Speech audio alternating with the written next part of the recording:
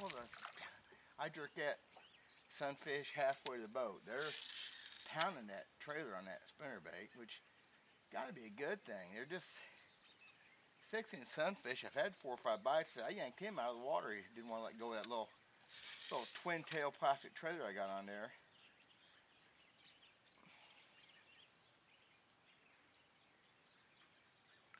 I like to throw a trailer whenever I can. I even have a trailer hook on this. That's my lack of confidence. I've got it bit pretty short. It's a 6-inch trailer. I've got bit down to less than 4 inches. 3/8 ounce spinnerbait I built myself. I just change up blades and skirt combination, experiment. Hard to beat white and chartreuse anytime. I'm not a huge believer in color, but this stained water, a little flash. Throwing I think that's a number 5 hammered brass Strike King willow leaf big blade, and the little blade is about number 3 Colorado. I like 2 different color blades a lot. I really like that. That's something that over the years really proved to be important to me, to mix up my blade colors. Even a painted blade and a plated blade just seems to make a difference. And even if it didn't, it made a difference to me. And that old confidence thing, I don't care if you're pond fishing, creek fishing, permit fishing, whatever, confidence is everything. I'm confident I'm going to catch some good fish. Pretty sure I'm going to catch some. I just think it's going to be tremendous like I'd like.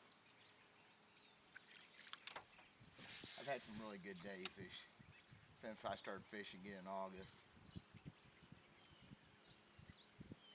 Plenty of good days. Caught a lot of really good fish, up to 6.5 pounds, so I don't have to do it every day. But it's coming, there's a good in there. It's coming down to an end. It's fishing. That's, again, this pond's got tremendous fish in it. And there's one of them right there. Good bass.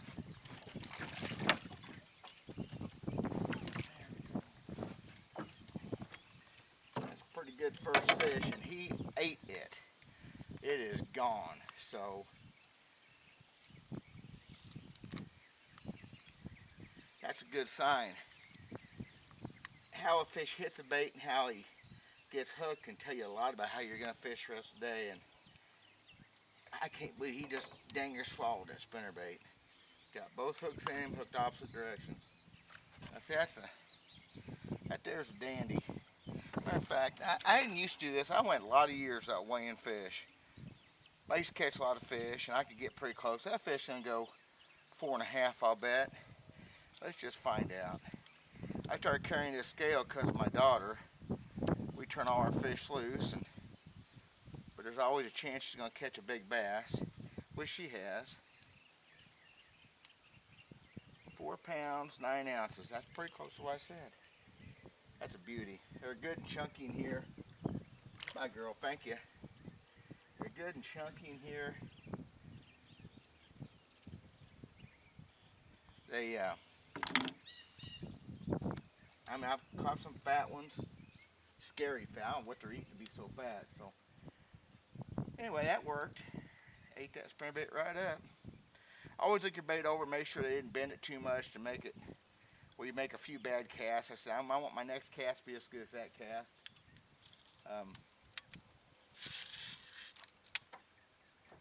That was fun. Now I got it on camera. That's a nice fish, and there's bigger ones. So,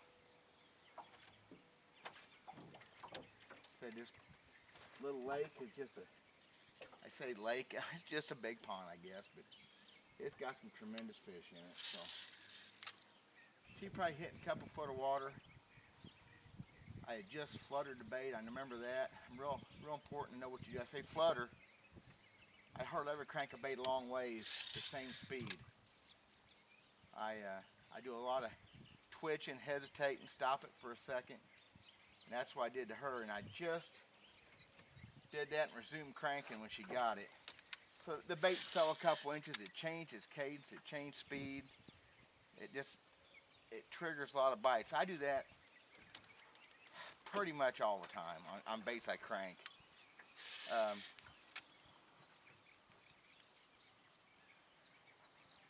just toss and crank, and you'll catch your share of fish, especially when they're biting good.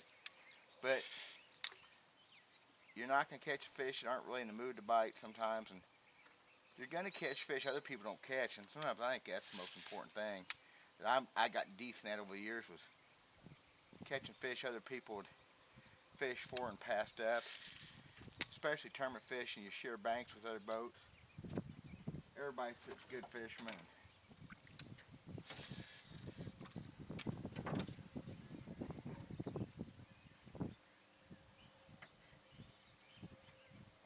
Especially when I get near something, I shake the bait, I twitch the rod tip, I let the bait fall after I bump. Whoops! I let the bait fall after I bump it into things.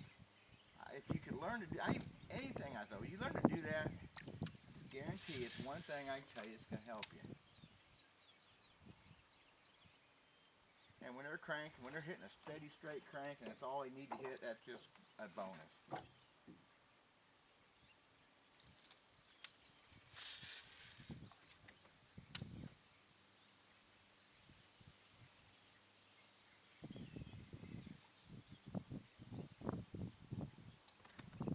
And it'll be real subtle.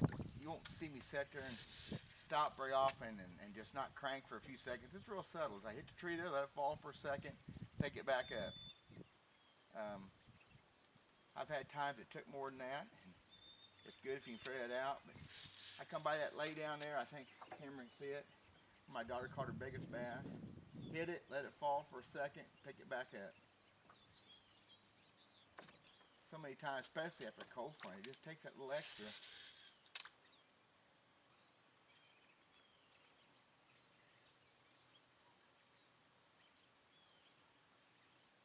Little extra touch that means so much.